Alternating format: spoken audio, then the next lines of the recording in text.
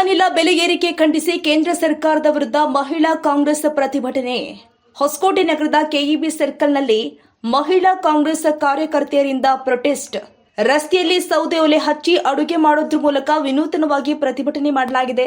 Cylinder ದರ ಏರಿಕೆ ಮಾಡಿರುವಂತಹ ಕೇಂದ್ರ ಸರ್ಕಾರದ ವಿರುದ್ಧ ಧಿಕ್ಕಾರ ಘೋಷಣೆ ಕೂಗಿದ್ದಾರೆ. ಒಂದ್ ಕಡೆ ಗ್ಯಾಸ್ ಸಿಗ್ತಾ ಇಲ್ಲ, ಮತ್ತೊಂದ್ ಕಡೆ ಗ್ಯಾಸ್ ದರ ಏರಿಕೆ ವಿರುದ್ಧ ಮಹಿಳಾ ಕಾಂಗ್ರೆಸ್ ಆಕ್ರೋಶ.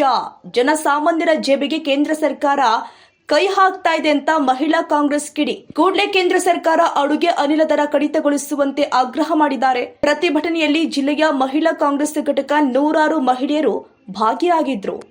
ಬೆಂಗಳೂರು ಗ್ರಾಮಾಂತರ, ಹೊಸಕೋಟೆ ನಗರ.